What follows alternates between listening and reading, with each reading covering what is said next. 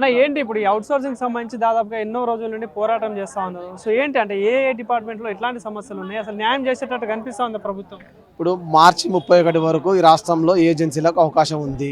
31 తర్వాత ఎట్టి పరిస్థితుల్లో ఏజెన్సీలను తీసుకొద్దని చెప్పి మా మొట్టమొదటిసారి ఎప్పటి నుంచో మేము డిమాండ్ చేస్తూ ఉన్నాం. 31 తర్వాత ఏజెన్సీలను కనుక తీసుకొస్తే మరో ప్రజా తెలంగాణ పోరాటంలో ముందుగా అవుట్ సోర్సింగ్ 5 లక్షల మంది అవుట్ సోర్సింగ్ ఉద్యోగస్తులే కదులుతారు. ఇందులో అసలు ఏ మాత్రం కూడా మేము వెనకడిగేసేది లేదు. ప్రభుత్వానికి గట్టిన హెచ్చరిక జారీ చేస్తూ ఉన్నాం. ఇక ముఖ్యంగా రెండోదన్న, ఈ మధ్యకాలంలో ఒక్కొక్క ఉద్యోగులు 10 సంవత్సరాలు 15 సంవత్సరాల నుంచి పనిచేస్తారు. ఇవాళ మీకు అధికారం ఒక 10 ఏళ్ళు లేకపోయేసరికి మొత్తం రాష్ట్రం మొత్తం పాదయాత్రలు చేసి మాకు అధికారం కావాలో ఒక అడిగేయండి అది చేస్తూ ఉన్నారు.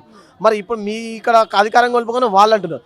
మీరు అధికారాల కోసమే మీరు ఇంత పోరాటాలు చేసి ఇంత మాయమాటలు అబద్ధాలు చెప్తారు కదా. ఒక్కొక్కరు 10 ఏళ్ళు 15 ఏళ్ళు పనిచేస్తూ ఉంటే ఇవాళ మీరు వద్దు మాకు పోమని అంటే ఎక్కడ ఈ పరిస్థితి? ఇవాళ మా తోటి ఉద్యోగస్తులు ఆ రోజు కరోనా ఈ ప్రపంచాన్నే గడగలాడించింది మన కరోనా. అలాంటి కరోనా సమయంలో మీరు 700 మంది పైచిలకు ల్యాబ్ టెక్నీషియన్లు తీసుకున్నారు.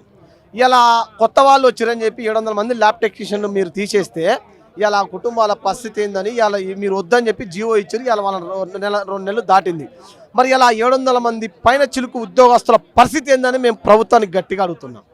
ఇవాళ 700 మంది అంటే వాళ్ళ కుటుంబం సభ్యులేంది, వాళ్ళ మీద ఆధారపడ్డ తల్లిదండ్రుల పరిస్థితి ఏంది? ఇవాళ దీనికోసమైనా మీరు తెచ్చిన తెలంగాణను కూడా అడుగుతున్నా. ఇదేనా ప్రజా తెలంగాణ కూడా నేను అడుగుతున్నా. కంచెలు బద్దలు కొట్టినావు కదా, ఇవాళ ఎవరికి అన్యాయం చేయని మేము న్యాయం చేస్తాను. ముందు 700 మందికి న్యాయం చేయమని నేను ప్రశ్నిస్తూ ఉన్నాను. అంతేవిధంగా మీరు రెవెన్యూ డిపార్ట్మెంట్లో కూడా 800 మంది పైచలకు ఆపరేటర్లను తీసేస్తూ ఉన్నారు. రాబోయే రోజు కూడా పంచాయతీరాజ్లను తీసేస్తా అంటున్నారు. అరే ఇవన్నీ మేము ఏమడుతున్నాం చెప్పను. అసలు ఈ 700 మందిని 300 మందిని బంద్ చేసి నీకు దమ్ముంటే 31 తర్వాత 5 లక్షల మందిని తీసేయబ్బా. 5 లక్షల మందిని ఒకటేసారి మేము తీసేస్తున్నాం. మీతో మా ప్రభుత్వం నడవదు, మాకొద్దని చెప్పి రెగ్యులర్లతో నడిపించుకోండి. మరి లేదా ఒక్క ఉద్యోగం తీయకుండా 5 లక్షల మందికి న్యాయం చేయి. ఇదే ఒక డిమాండ్ నేను ఈ వేదిక ద్వారా ప్రభుత్వానికి గట్టిగా హెచ్చరిక జారీ చేస్తా ఉన్నాను. అంటే ఇదే ముఖ్యమంత్రి గారు గతంలో ఎన్నికల టైంలో మీకు అందరికి హామీ ఇవ్వడం జరిగింది. ప్రభుత్వంలో రాగానే పరిష్కరిస్తా అని చెప్పడం జరిగింది. ప్రజావాణిలు పెట్టిళ్ళు, ప్రజా దర్బార్లు పెట్టిళ్ళు, మంత్రుల్ని కలిసిళ్ళు, ఎమ్మెల్యేని కలిసిళ్ళు, కోమటిరెడ్డి వెంకటరెడ్డి గారిని కూడా కలిసిళ్ళు. సో ఏంటి వీటన్నిటి వల్ల కాలేదా? అంటే ఇంతమందిని కలిసినా కూడా పనులు పట్టేదా? మేము ప్రభుత్వం రాకముందుకు కలిసినాం, ప్రభుత్వం వచ్చి వాళ్ళ మంత్రులు అయిన తర్వాత కూడా కలిసి నివేదికలు ఇచ్చినాం. ఇక మేము ఎప్పుడు నివేదిక చేయడానికి పోయినా కూడా మీది అయిపోయింది, ఇక మేము చర్చించినాం, మీది అయిపోయింది. 2 సంవత్సరాల పైచిలకు కూడా ఇదే మాట. కానీ మీరు దాని మీద ఇంతవరకు ఏం చేయలేదు. ఇంకోటి మొన్న ఒక కమిటీ వేసిరేంది, ఉద్యోగులు బోగస్ ఉద్యోగస్తులు ఉన్నారు వీళ్ళకు అని అన్నారు. ఎక్కడయా బోగస్ ఉద్యోగస్తులు ఉంది? జెన్యున్గా 5 లక్షల మంది పని చేస్తున్నారు. ఇంకా ఎఫ్ఎంఎస్ పోర్టల్ ఎక్కనోళ్ళు ఇంకా ఒక 20-30 వేల మంది ఉన్నారు. ఇవాళ మైనార్టీ డిపార్ట్మెంట్లో చెక్ పేమెంట్ కింద 4,000 మంది ఉన్నారు. 33 జిల్లా కలెక్టరేట్లలో కలెక్టర్ గారి ఆధ్వర్యంలో డిఎంఎఫ్టీ సిఎస్ఆర్ ఫండ్ కింద ప్రతి కలెక్టరేట్లో 20-30 మంది అట్లా చూసుకుంటే ఒక 1000 మంది ఉన్నారు. ఫారెస్ట్ డిపార్ట్మెంట్లో ఉన్నారు. ఇలా పని చేసుకుంటూ పోతే 104 వాళ్ళకు 10 నెలల జీతాలు లేవు, వాళ్ళ పరిస్థితి ఏంది? ఇట్లా అనేక సమస్యలు ఉన్నాయి అవుట్ సోర్సింగ్ వాళ్ళకు. ఇంకొక సూటికి కూడా అడుగుతున్నాం. మొన్న మీరు ఒక మీటింగ్లో ఒక మాట ముఖ్యమంత్రి ఏమని చెప్పాడు, మా దగ్గర 5,000 కోట్లు వస్తున్నాయి, మమ్మల్ని కోసుకొని తిన్న ప్రభుత్వం అన్నాడు. సూటిగా నేను అడుగుతున్నా, మమ్మల్ని కూర్చోబెట్టి ఆ చైర్ మీద 5,000 కోట్లతో ఈ తెలంగాణ రాష్ట్రాన్ని మా అవుట్ సోర్సింగ్ ఉద్యోగస్తులతో పాటు అందరు ఉద్యోగస్తులు మేము మారుస్తాం. మీరు ఈ ఛాలెంజ్కి రెడీ? మేము రెడీ. మరి అవుట్ సోర్సింగ్ ఉద్యోగస్తులం. ఈ కమిటీలు ఐఏఎస్ అధికారుల మాటలు విని కమిటీలు వింటే నడవవు. జెన్యున్గా రాష్ట్ర స్థాయిలో కానీ గ్రామ స్థాయిలో ఎవరు పని చేస్తుర్రో వాళ్ళని పిలుచుకుంటే నీ సమస్య అర్థమైంది, పరిష్కారం అర్థమైంది. ఇలా 18% GST 5,000 ఉచితంగా కడుతున్నావు, ఎందుకు కట్టాలి? నువ్వు ఏజెన్సీకి 5,000 తీసేస్తే 5,000 మాకి మేము పని చేస్తున్నావు. నువ్వు ఇచ్చేది 5,000 పని మా జీతం పెరిగినట్టే, వానికి కమిషన్ 600 ఇస్తున్నావు, అది మాకు మిగిలినట్టే. ఇలా మా ఉద్యోగస్తుడు చనిపోయినా కూడా ఏమైనా రూపాయి రావట్లేదు.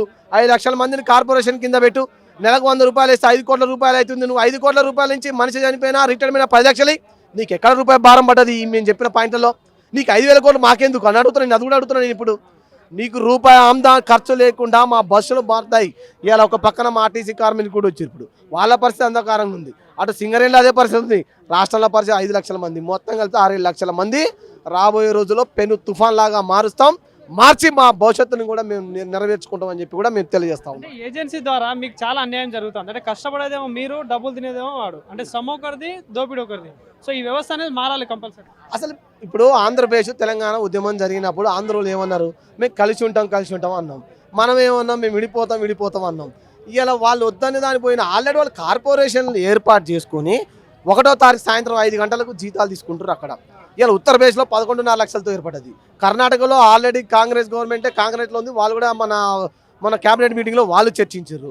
ఛత్తీస్గఢ్ రాష్ట్రంలో ఆల్రెడీ సమాన పనికి సమాన వేతనం ఇస్తుర్రు. అంటే అన్ని రాష్ట్రాలలో జరుగుతుంటే నువ్వు మన దుబాయ్ పోయి మా రాష్ట్రం గర్వంగా ఎదుగుతుంది, మేము మిగతా రాష్ట్రాలకు అన్నిటికీ ఆదర్శాన్ని అన్నావు. ఎక్కడే ఆదర్శం? పోయి సూటు బూట్ వేసుకొని పోయి వచ్చి ఇన్ని కంపెనీలు వచ్చినాయి, 1,60,00,000 ఉద్యోగాలు వచ్చాయని చెప్పి మొన్న ఇంటర్వ్యూలో శ్రీధర్ బాబు గారు ఇద్దరు అంటారు 60 లక్షల ఉద్యోగాలు వచ్చినట్టు. ఈడ 700 మంది ఉద్యోగాలు తీసేసినాం. ఈడ మొన్న రెవెన్యూలో 800 మంది ఉద్యోగాలు తీసేసినాం. ఈ ఉద్యోగాలు ఈ 60 లక్షలు బయట కంపెనీలు వచ్చి కంపెనీలు పెట్టే ఉద్యోగాలు వద్దులే కానీ మేము పనిచేస్తున్న ఉద్యోగాలు మాకు ఇవ్వని చెప్పి మేము అడుగుతా ఉన్నాం. ఈడ